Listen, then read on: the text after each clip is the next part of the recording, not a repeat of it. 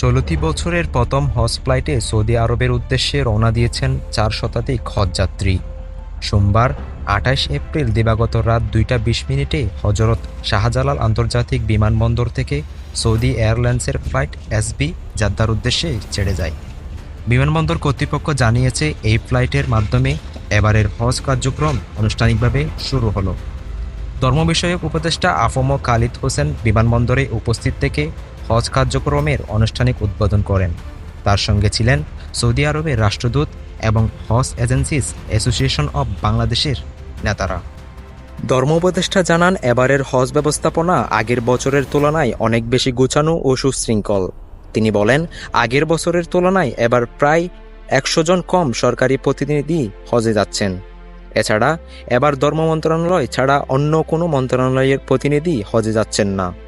সংশ্লিষ্ট কর্তৃপক্ষ জানায়, হজের প্রথম দিনেই মোট 10টি ফ্লাইটে ৪,১৮০ জন হজযাত্রী সৌদি আরব রওনা দেবেন। হজযাত্রীরা জানিয়েছেন, এবারের ব্যবস্থাপনা আগের বছরের তুলনায় অনেক উন্নত। তারা আশা করছেন সফলভাবে হজ সম্পন্ন করে নিরাপদে দেশে ফিরতে পারবেন। বাংলাদেশ থেকে পবিত্র হজযাত্রার শুভ সূচনা হলো এই ফ্লাইটের মাধ্যমে। সকল হজযাত্রীর জন্য রইল শুভকামনা। সফল হজ পালন করে নিরাপদে ফিরে আসুন মাতৃভূমিতে।